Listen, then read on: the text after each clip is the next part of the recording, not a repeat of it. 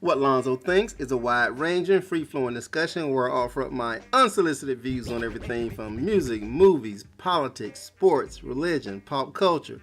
You name it. If it's happening, I'm talking about it. As usual, my thoughts are unsolicited. Nobody cares, but I care, so damn it, listen anyway. Alright, and I have a special guest with me today, Jake Wade. Dude, what's happening? Just sitting here waiting to talk about some stuff that I have on my mind.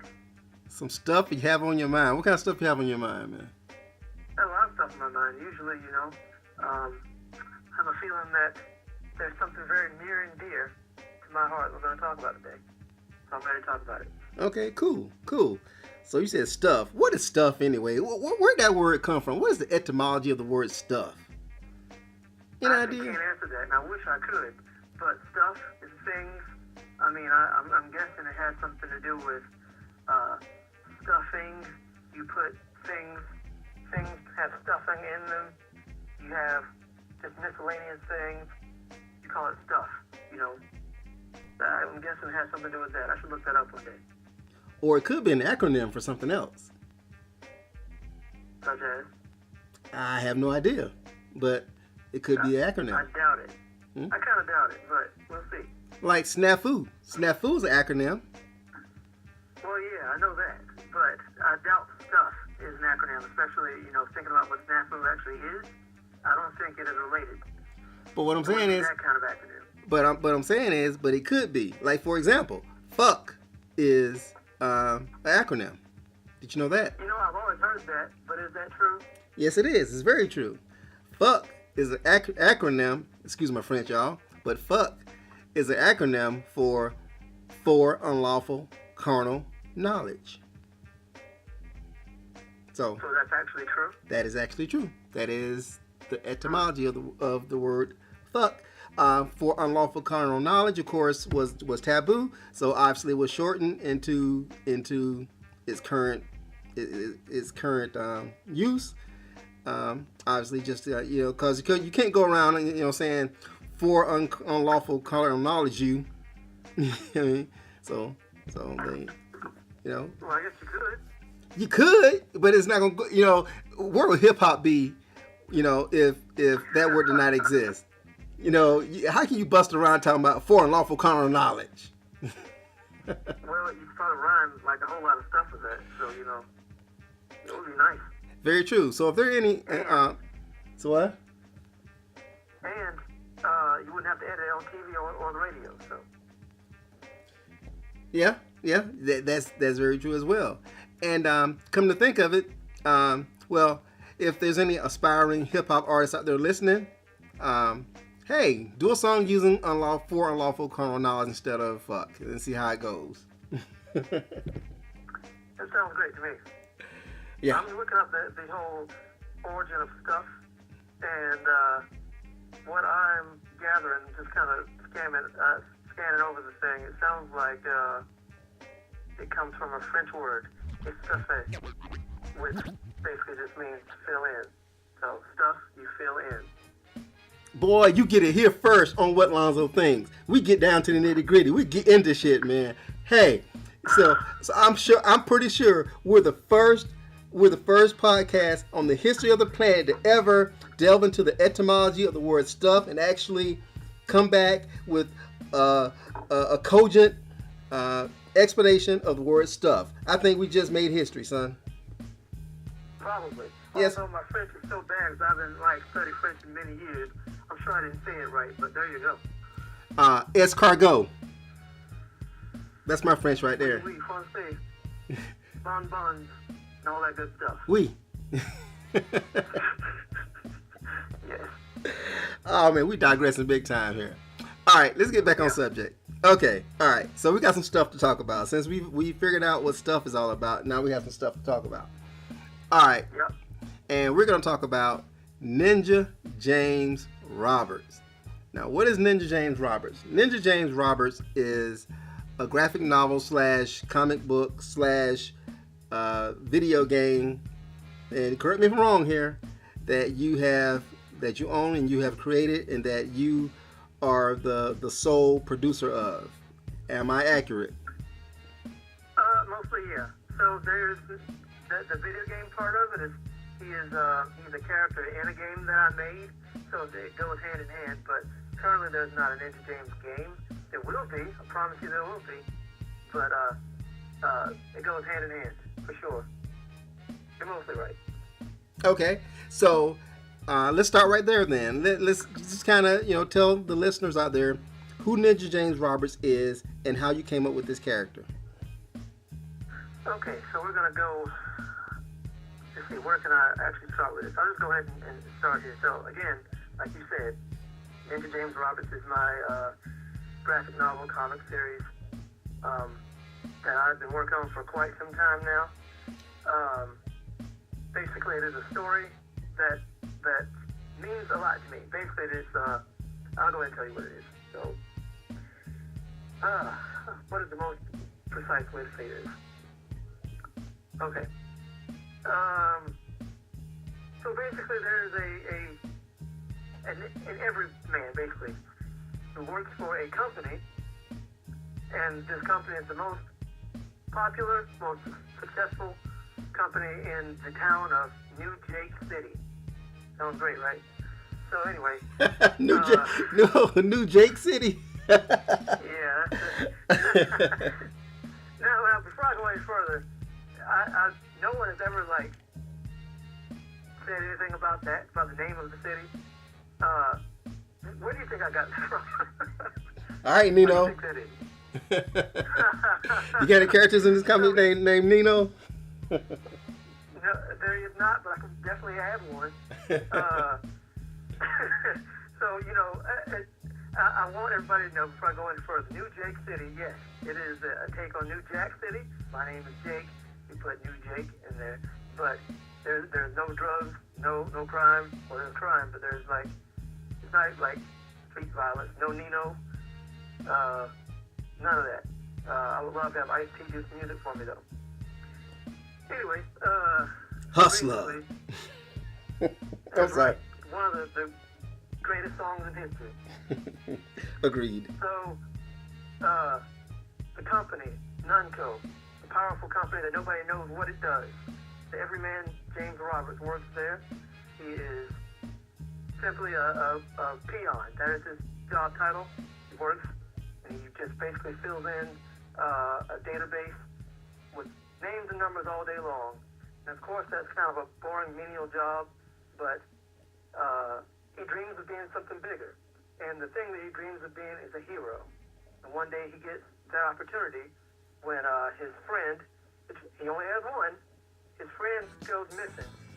Who works there at the company. She goes missing because she's called to the 13th floor. The building has 13 floors. She's called to the 13th floor by the GM. She doesn't come back. And James finds this weird, and he decides, this is my chance. I'm going to go and find out what's wrong with her, because I don't think that this is a safe place for her to be. And he goes on a mission and finds out that he's right. Not everything is as it seems at Nunco, and he meets his friend, the Insaniter, trains him to become Ninja James Roberts, and he goes on a great mission. So that's basically it in a nutshell. All right, it sounds interesting. It's very original, if nothing else. I like the usage of the tongue-in-cheek. For he works for Nunco. You don't know what the company is about, so it's called Nunco. Am I on the right track with that? Exactly. Okay. The slogan for Nunco is, "Our business is our business." So what now? Our business is our business.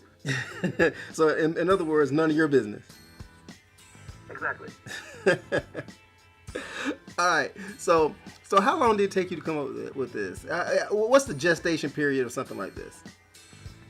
So to go back in time, I created this character back in 2003. I had no intention of doing anything with him. It was just a drawing that I did, and I put it online, and some people really liked it. And I thought, this is kind of cool, right? Maybe I'll do something with it at some point. And I put it in my portfolio, and everybody liked it every time I showed it off.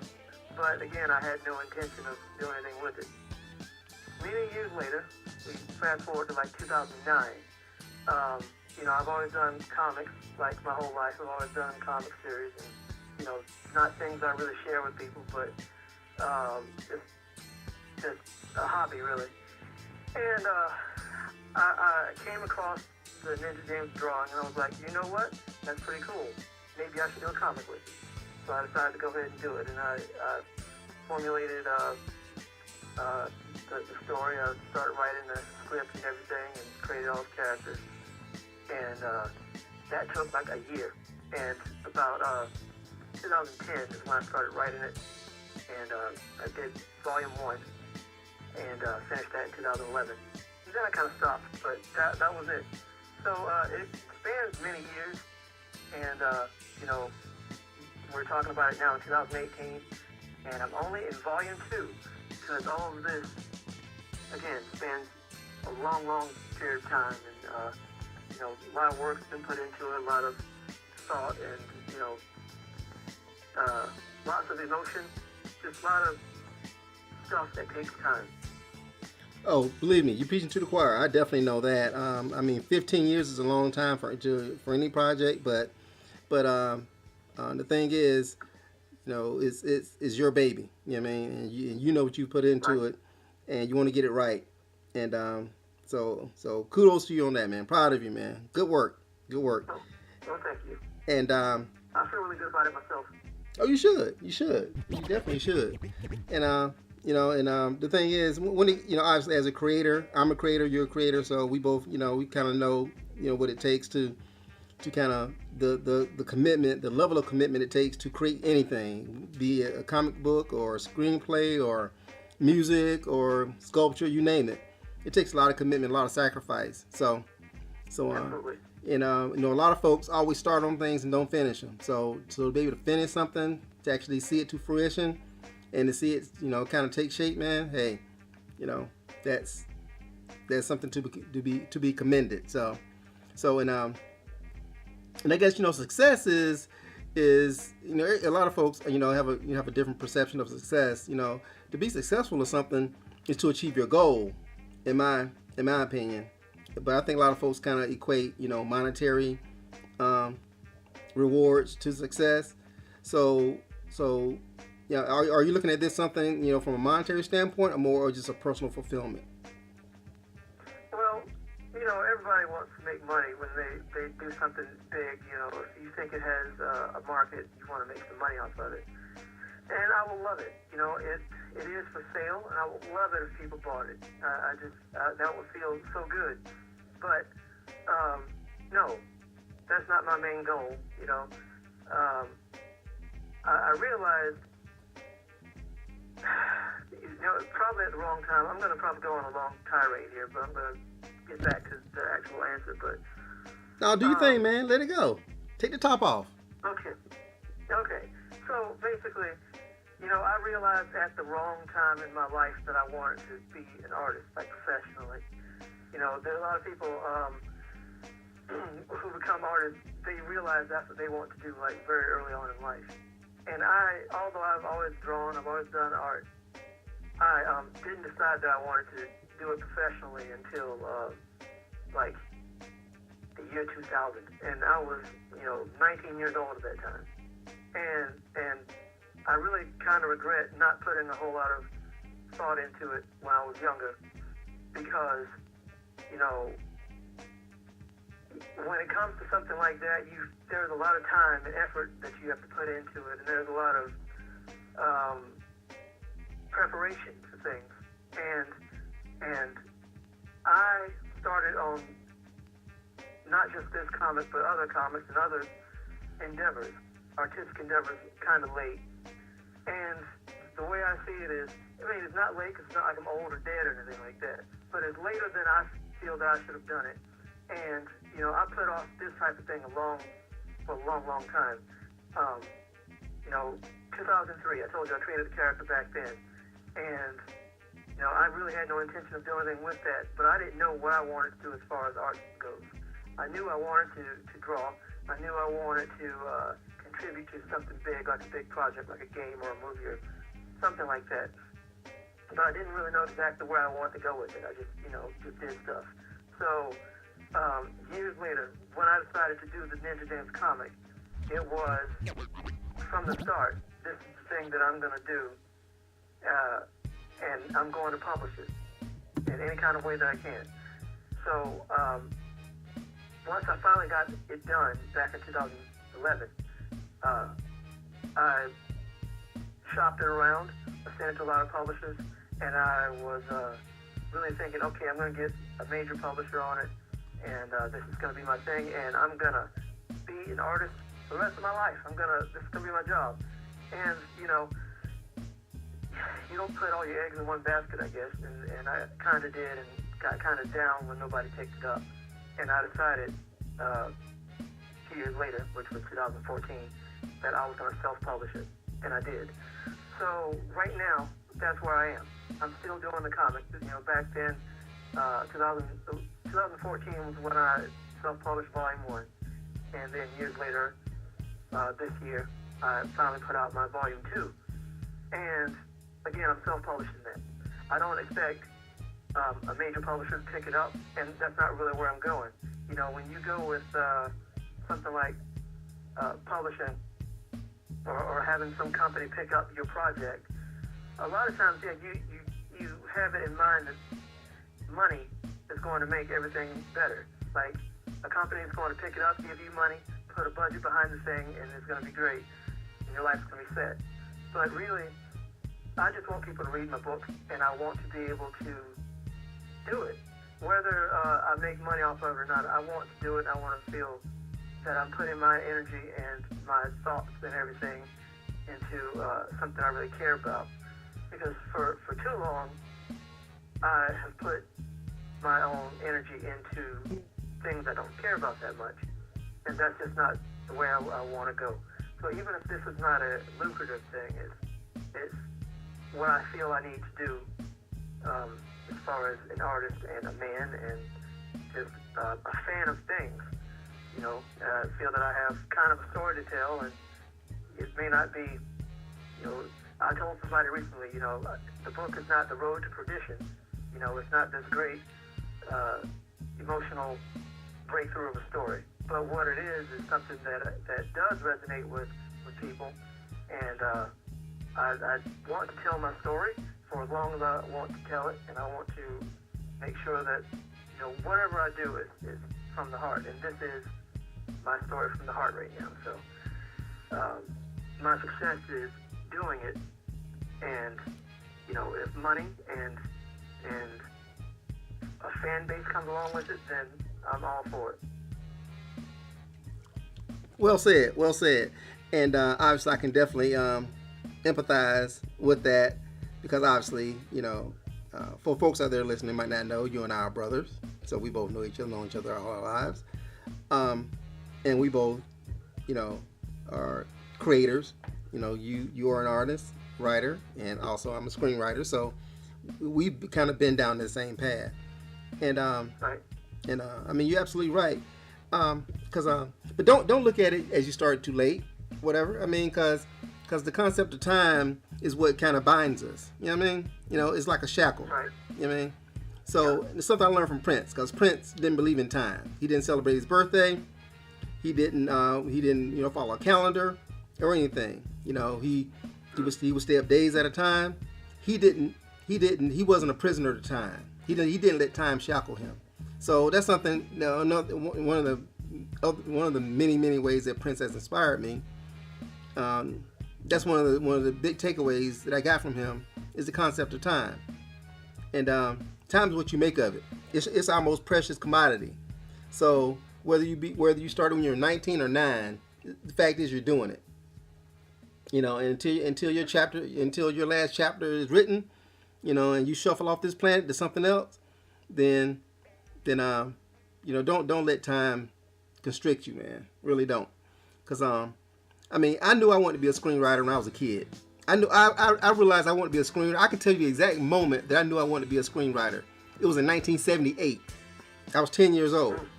Okay? I was watching a movie on TV, this obscure TV movie on CBS called Ruby and Oswald. Okay?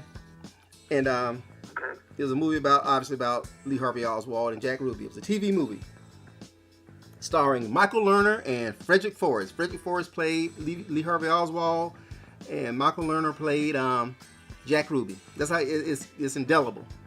And it wasn't a good movie, but it just kind of sucked me in. And I was like, and I really paid attention to the construction of this film. I'm 10 years old, and I really paid attention to it. And I knew at that moment, that's something I wanted to do. I wanted to be able to write a movie. Okay? I knew I wanted to do that. I knew I wanted to be a writer. And I started writing. And like all through high school and everything, I was taking composition courses and this and the third. And I remember I was in a particular, I had a composition class, whatever, right? And every time we had a big assignment, we had to write something and obviously turn it in a paper or whatever. The teacher would always read my work to the class. She would never say who it was, but she would say there was one particular one that was really good, and I'm gonna read it to you.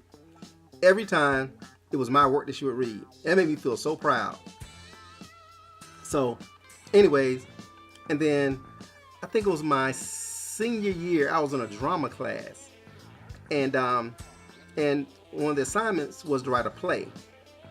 So that was my first script, so to speak. I wrote a play, and we had to produce it, perform it, and everything for class. And we performed it, and one of the teachers who was actually putting together the spring musical for that later that year happened to be in the class the day that we presented our my play. She's like, "Who wrote that?" Well, Alonzo wrote it. And she was like, "Well, you got to come out. You got to try for the spring musical." I loved it, and the third, right? And I tried out for the spring musical, and I made the spring musical. So people were recognizing my talent, even though I didn't recognize my talent as a young person. And I just kind of left it alone and didn't, it was just something I did as a hobby. So I've been writing since I was 10 years old. So anyways, something very profound happened to me later on in life when I was, it was in 1996. In 1996, I just moved back here. I was working at Geico, and one day, it's a rainy day, it's like pouring down rain. I'm leaving work, as I'm walking to my car, this girl runs out of the building and said, "Hold up, wait." And she didn't have an umbrella, and I had an umbrella. She asked me if I walk her to her car, because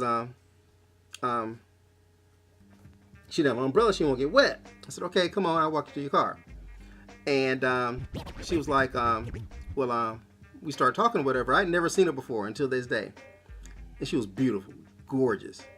Anyways, so, and she's like, well, my mom's getting married today, and I don't want to get all wet. I'm going to her funeral. Not to her funeral, I'm going to her wedding. I know. So I walk her to the car and everything, and then I give her my umbrella. I said, "Here, you take it. You can have it." She said, "Oh, you're such a gentleman." I said, "Well, my mom raised me to be a gentleman or whatever, right?" And she drives off. I didn't get her name or anything. And as she pulled off, I was like, "Damn, why didn't I get her name? I should have asked her out or something, found, at least something or whatever, right?" Because I was like just smitten with this girl. And I said, "Well, we both work at Geico. Thousands of people work there." I said, "I'll probably see her again." So, didn't see her again. And I was like, asking people, I saw this girl, and I tried to describe her to people. I was like, "I don't know who you're talking about." I was trying to find out, what office she worked in, just searching for her, whatever, right? Anyways, could never find her. And I thought to myself, this would make a great movie. So that inspired me to start writing screenplays. And actually, that turned into my very first screenplay called Rain. Obviously, Rain, it was a rainy day I met her, so on and so forth. Anyways, long story short, it inspired me to write my first screenplay, and I wrote it. It wasn't very good, but I wrote it. And I got bit by that bug, and so in 1996, how old was I? Good Lord, I was 28 years old in 1996 when I started writing screenplays. And I just started writing and writing and writing, and I just got better and better and better at it. No school, no formal training, anything like that. I just, I watched a lot of movies, read some books, and I just wrote what I felt. And then I started sending my work out, just like you did. And 14 years later, I sold my first screenplay. So it still hadn't been produced yet. Well, kind of produced, whatever. Well, I'm not gonna get into that, stepsisters. But anyways, the moral of the story is, man, is don't let time, be your shackle. You know what I mean? Folks that are listening, don't let time be your shackle. If you got something inside of you, you want to get it out. I don't give a damn if you're 19 or 99. You always got time. Until you're in the ground, you got time. Do it, and don't base your success on recognition or financial gain. Base it on, your personal satisfaction. Because if it's good, one thing I've learned about being in this business, if it's good, eventually somebody's going to find it. Somebody is going to recognize your talent, and somebody's going to compensate you for it. It might not be what you expect or when you expect it, or you might not be a world famous, you might not be the next Stan Lee or whatever. You know what I mean? But somebody somewhere one day is going to recognize your talent, and they're going to compensate you for it in some way. Just keep that in mind. All right. That's a good thing to think about there. And the concept of time. That's something I do get kind of bogged down by. And I really, the thing that bothers me is the passage of like years and days and months and hours. I find myself wondering how time passes so quickly. And that's, one thing I've always, it's always been a thing with me, but lately it's kind of been, nagging me for a while in recent days. And I'll one thing that I'll say about this project and some of my other projects that I've been doing lately, I've been trying to subvert that whole thing of time, like you said. I don't get a whole lot of sleep anymore, and I don't really think about it. I like to sleep, and I like to rest and do my own thing, but in doing this comic in particular, I've tried to throw the concept of time out the window. So I've spent hours upon hours upon hours staying up, I go to work, get off at midnight, come home and work until I just can't work anymore. And finally I get a little bit of sleep. But my thought was, hey, I gotta get this done. This is my thing that I want to do. And, I have to kind of harness the time to do it, and I'm going to do it. And I did that with this comic, and I did it with a game that I guess we can talk about. And that's the way I'm trying to go forward. Like, in order for me to do the things that I need to do, I need the time to do it. And I don't need to think, oh, wow, where did the time go? It needs to be, I have the time, and I'm going to make it happen. Oh, absolutely. Absolutely. And, I think if you kind of look through the annals of time, successful creative people who have made, impact in culture, they probably, were the same way. Obviously, most folks, have to work a 9 to 5 or whatever that job might be, and then kind of fill in, that spare time, to chase their dream. So it's not something that's unique. You know what I mean? So you just have to, have that dedication, that commitment to it, and eventually, you'll achieve whatever it is you're trying to achieve. Once again, I can piggyback on what you said. Usually, my most creative time is, the hours between, say, midnight and 6 a.m. Usually because everybody else is asleep, and I'm uninterrupted. You know what I mean? Because if you're in a relationship with someone or whatever, you got to pay attention to that person and so on and so forth. If they don't share that same passion that you have, for what you're trying to do, it's kind of hard to maintain a relationship, so on and so forth. So there's a lot of factors, obviously if you got to work, you don't want to be dead tired going to work every day. So there's other factors that are always going to kind of hold you back, but you got to make it happen. So yeah, you're absolutely right. Yeah, I want to say, to that point, and also to kind of piggyback off what you said, you attribute your concept of time to Prince. Um, where I'm getting it from, I got it from Dave Grohl. I read that Dave Grohl only gets about 2 hours of sleep a night. Sometimes he doesn't sleep at all, and it's because he has that drive to do the thing that he wants to do. And I thought, wow, 2 hours of sleep, that's not anything. But I realized that that's kind of, when you are a driven artist, that is what happens. And I try to kind of harness that and do my own version of it. And I've known this for quite some time, but my most creative hours are basically when it gets dark. 10 o'clock, then I need to start working because that's my best time. And it really doesn't have a lot to do with people or anything like that. It's just, it feels like that's when the energy is there. That's when I can do it. And I find myself working until the sun comes up. I'm like, oh, look at that. And then I go to bed. Because just the nighttime seems to be my time to do it. So, yeah, that's the way I try to move these days. Yeah, I'm the exact same way. So yeah, I can definitely groove with you on that. Definitely. So that being said, what does you have to say to tell us about Ninja James Roberts? Well, I'll talk about Volume 2. So Volume 1, like I said, I did that in 2011, and I self-published it in 2014. And it is available to be purchased on Amazon.com right now. And actually, Barnes & Noble, that's a new outlet for me there. But, so I did my Volume 2, which I put out this year, back in April. And that had a long gestation period. Like, I created that, started on that back in, I actually started on it in 14, but I stopped. And so I can't really say that I worked on it in 2014. I'll just say 2015 until this year, like March, finished in March 2018. So that's a long period of time to be working on something like that. But, I put a whole lot of passion into Volume 2.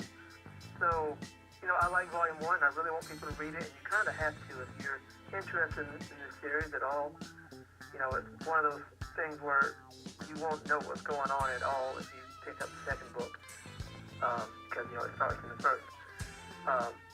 But the first book, it is, it's the beginning of the story. It's the origin of the hero and everything like that. And I felt really good about that, and I thought, hey, people will like this thing. There's a lot of humor and a lot of interesting things that happen in this book. So I did that, and I was happy about it. But I'll say I'm very fond of Volume 2, because Volume 2, again, I'm going to go kind of in a personal territory.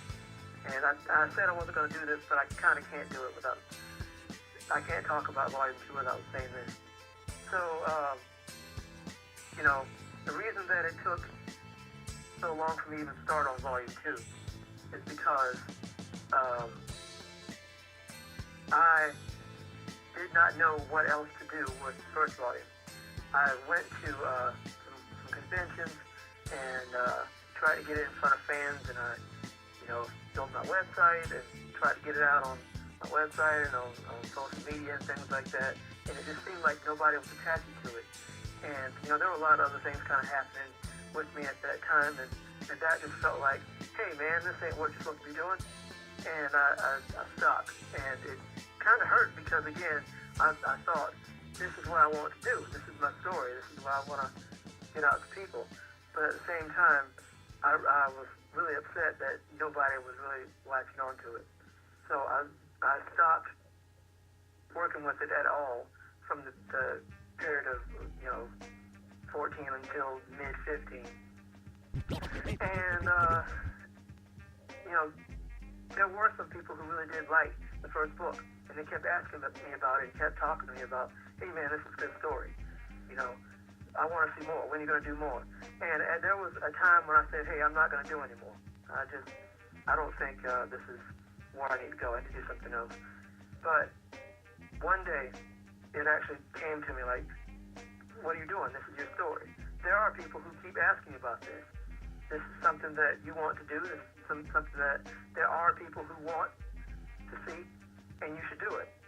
And so, like mid-2015, I started on it in earnest in Volume 2, and I put so much time into it. You know, I took the pages to work, and I worked on it during my lunch break, and I came home, and then I worked on it, and, you know, just time after time, just working.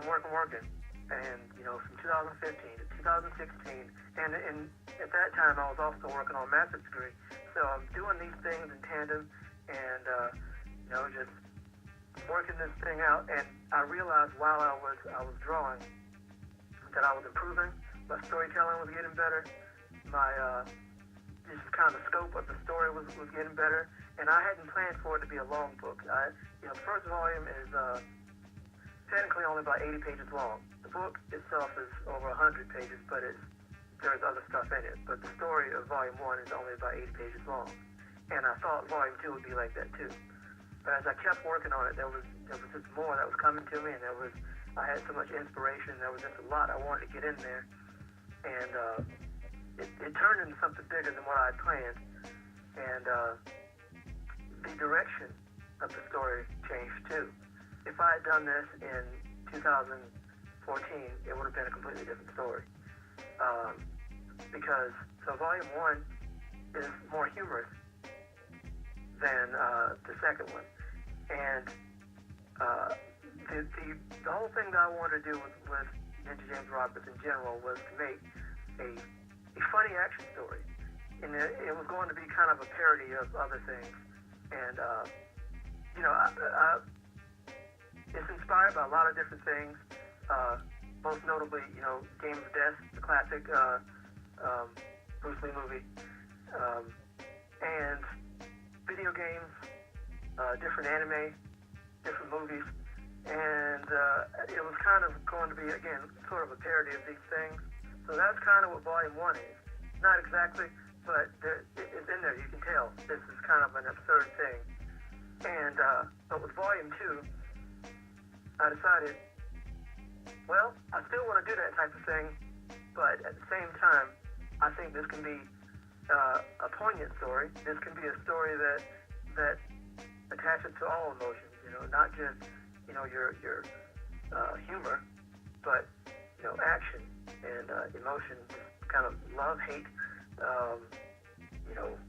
desire, things like that. And it became a rather large book. So it ended up being over 200 pages. I carried around 200 pages of drawings back and forth to work for 3 years. And, people at work are like, what's in that bag? What do you have? I wouldn't show it off. I didn't want anybody to know. But, I was really passionate about making it happen. And the end result, I think, is something that if I don't do another book, which I will, because I'm working on it now, if I don't do another book, I think I can feel really good about what I've done, because it, honestly, to me, at this point in my life, it's the best thing I've ever done. And, I guess people could pick it up and say, well, that doesn't mean a whole lot. But to me, seeing where I started and the fact that I wanted to quit at some point, I flipped through this book on a regular basis, and I'm like, I'm so glad that I did this.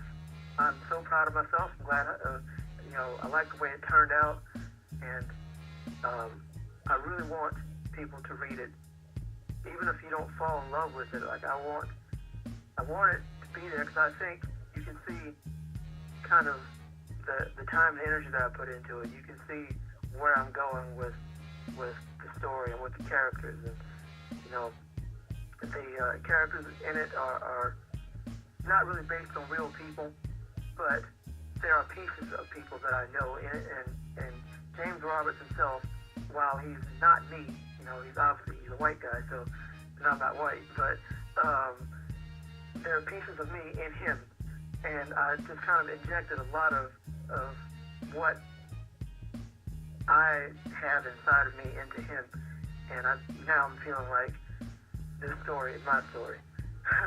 So I want to go forward with it like that, but even if I don't, you can tell it's labor of love. I guess that's where I'm kind of going with all that rambling there. You can tell that it's a labor of love. It's a big emotional piece for me.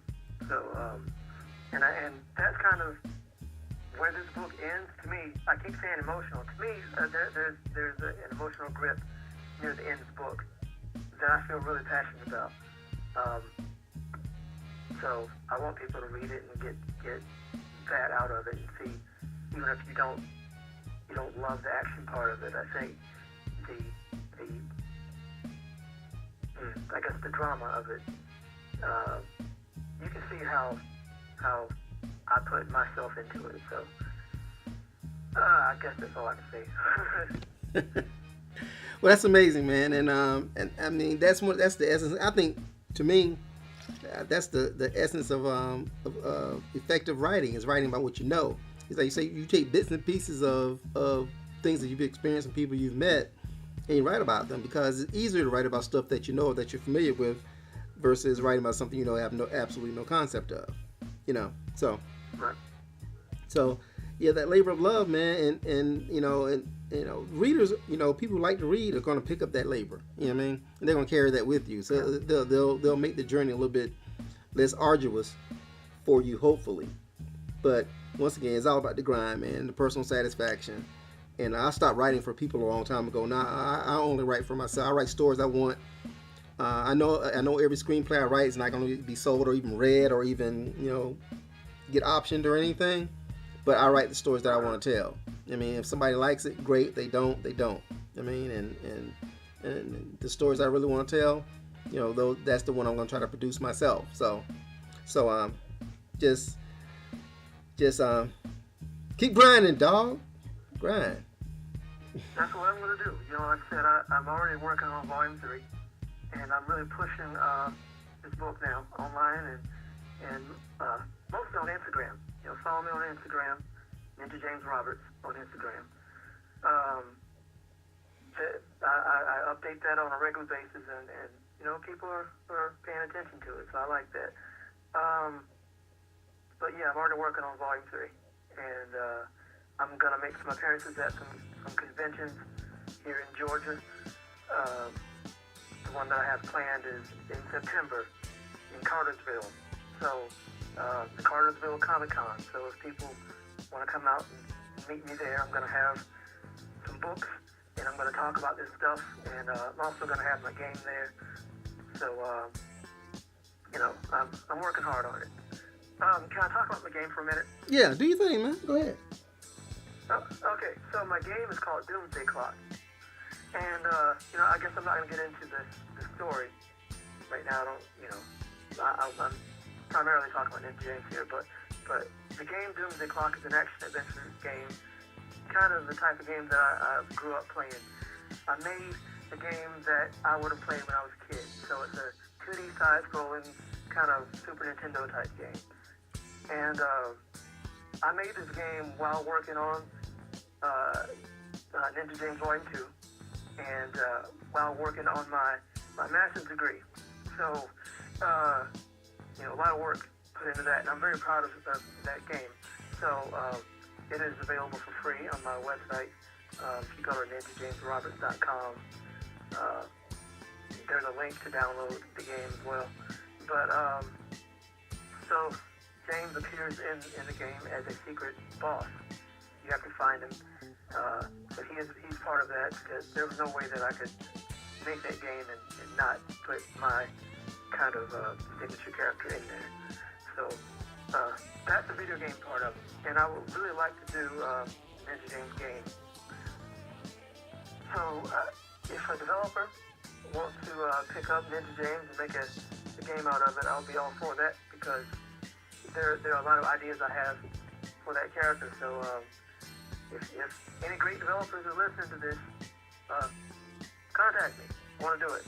But the Doomsday Clock game is a different story. It's kind of a darker, much less humorous story. But James does make a humorous cameo in it. So they are connected. So that's that. I think that's all I want to say about the game for now. Well, alrighty then. So we'll definitely be checking for it. So that's Doomsday Clock, which is free online. So be sure to check that out. Also, Ninja James is available. Once again, follow you on Instagram. Also, it's available through Amazon and any other outlets out there that I may have failed to mention. It's also on BarnesandNoble.com.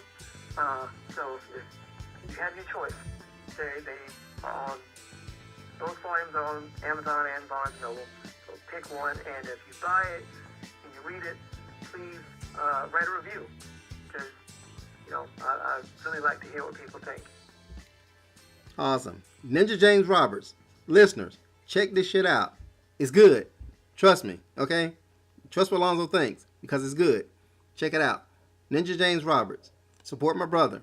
Support us.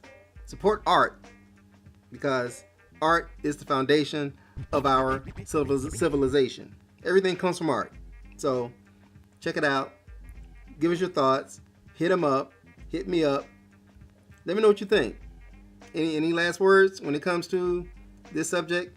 Ninja James Roberts, Doomsday Clock, anything? Buy it. Read it. Amazon.com. Barnes & Noble. NinjaJamesRoberts.com. Follow me on Facebook. Ninja James Roberts on Facebook there. Please read it. Please tell me what you think. Please check it out. All right, now, listeners, he said please. So my subscribers, my listeners, y'all better check it out. And if you don't check it out, I'm gonna be checking for your punk ass. All right? So so hit me up at What Lonzo Thinks, Twitter, Gmail, whatlonzothinks@gmail.com, Facebook, subscribe, comment below, let me know what you think. I want to know that you read or you checked out Ninja James Roberts, or that you checked out Doomsday. If not, once again, I'm gonna cuss your ass out, so you know how I do. I keep it raw. So once again, thanks for the feedback. Thanks for listening. Jake, thanks for joining me. Thanks for telling us about your project. Brother, you my man. So keep doing your thing. Check them out. Let me know what y'all think, because you're always gonna know what Lonzo thinks. Bye.